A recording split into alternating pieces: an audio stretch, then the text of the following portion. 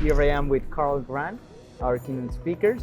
He came all the way from Australia to have a talk with us and have a presentation as well. Carl, how you doing? I'm doing really well. Thanks for inviting me over. The conference has been just amazing so far. Great venue, really good program. Other great keynote speakers. Really appreciated all of your help to get me here.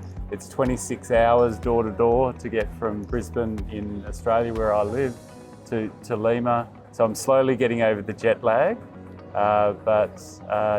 Really enjoyed the conference and my presentation today. We're really happy. We're really happy that you spent 26 hours to get here. Thank you for that, and for the keynote you gave us. Besides the keynote, you've been working in the industry, in the closure industry, for nearly 30 years, as we were talking. And I would like to know, in your opinion, what's the biggest challenge of closure nowadays? Yeah.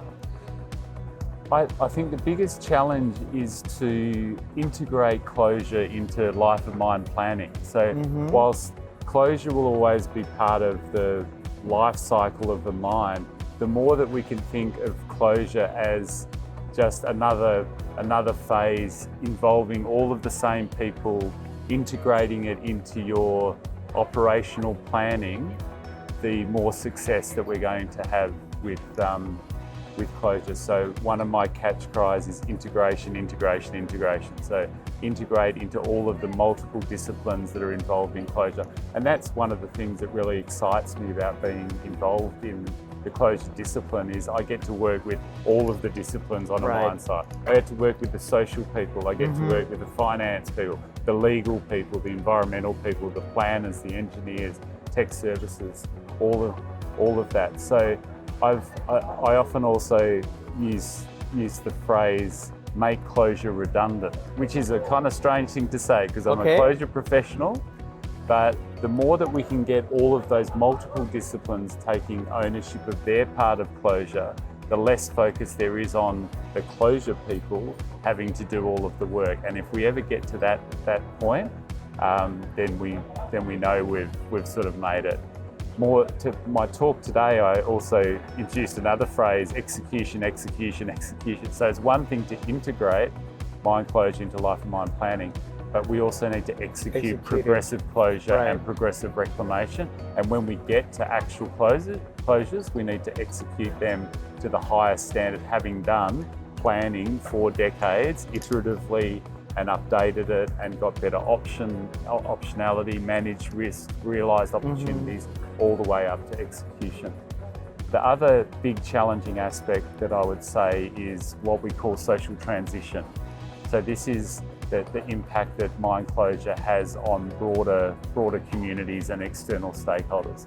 So historically, there was very little consideration of social transition. It was sort of, we'll close the mine and we'll deal with all the engineering things. Completely different. And then, the community will lose a whole heap of employment and they'll lose a whole lot of money and royalties. And then they'll have to go and find something else to economically depend on.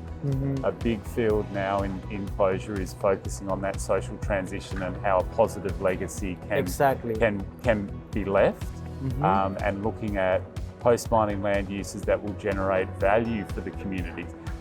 Rarely can you find any land uses that will generate as much value as mining because it's a very high-end land use, but certainly looking at land uses that add more value potentially than the land uses that had existed prior to mining. So can you value add? Can you put solar PV panels onto waste landforms and generate green energy? Can you create pumped hydro and get energy there from are a lot that of way? options. Yeah, lots and lots of options. Can you do plantations for carbon sequestration? A whole lot of options. But the thing is that a positive legacy is being created now for those kind of communities, right? Yes. And in terms of community, I would like to get your opinion on how do you see closure shaping up for the near future? How's closure is going to look in the next, I don't know, maybe 5, 10 years? 10. Well, I think I'll probably partially answer that in terms of continuing that integration. We still need to build capacity and capability. And so something I'm very interested in is training the non-traditional disciplines in the basics of integrated mine closure. So I've been involved in a few training courses. So I think that's going to be a key part so that those other disciplines understand that they do have a role in closure. Because the normal answer I used to get from general managers when I'd turn up to a site, he'd say, we've got 20 years to go. What are you doing here? And I'd have to explain to them, well, what we do at a mine site today will determine how we will be able to close it in the future and what that's going to cost us.